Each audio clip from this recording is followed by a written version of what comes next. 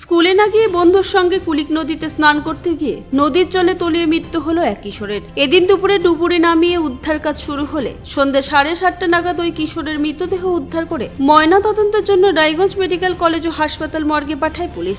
Police সূত্রে জানা গিয়েছে মৃত ওই কিশোরের নাম শুভাশিস মণ্ডল, বয়স 14 বছর, বাড়ি রায়গঞ্জ শহরের অশোকপল্লী এলাকায়। রায়গঞ্জ শহরের মোহনবাটি হাই স্কুলের নবম শ্রেণীর ছাত্র। পরিবার সূত্রে জানা গিয়েছে এদিন সকাল 10:30 নাগাদ স্কুলে না গিয়ে বন্ধুর সঙ্গে স্নান করতে যায় কুলিক নদীতে। দুপুর 2টো নাগাদ কুলিক ব্রিজের নিচে তলিয়ে যায় শুভাশিস মণ্ডল।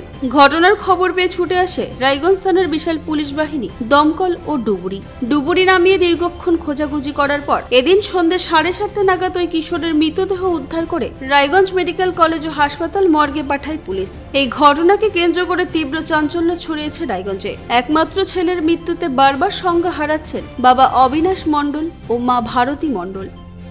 তোমার নাম? আমার নাম সৌভিক দাস। কোথায় বাড়ি? আমার বাড়ি হচ্ছে হাই রোড অশোকপল্লীতে। কিসে পড়ো তুমি? আমি 9-এ পড়ি। কোন স্কুলে? বিদ্যাচক্র। আর তোমার বন্ধু? আমার বন্ধু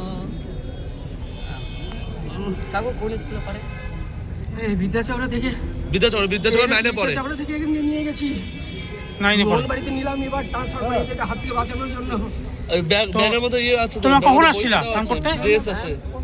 আমরা বিদ্যাচক্র থেকে এবার ছুটি সাড়ে নিয়ে গেলাম 11টা এদের থেকে। সাথে মিশে বলে। তো কোন জায়গায় স্নান করতে নামছিলা? আমরা হচ্ছে এই যে ওই আপনি কি ওই বন্ধু কার পাওয়া যাচ্ছে না?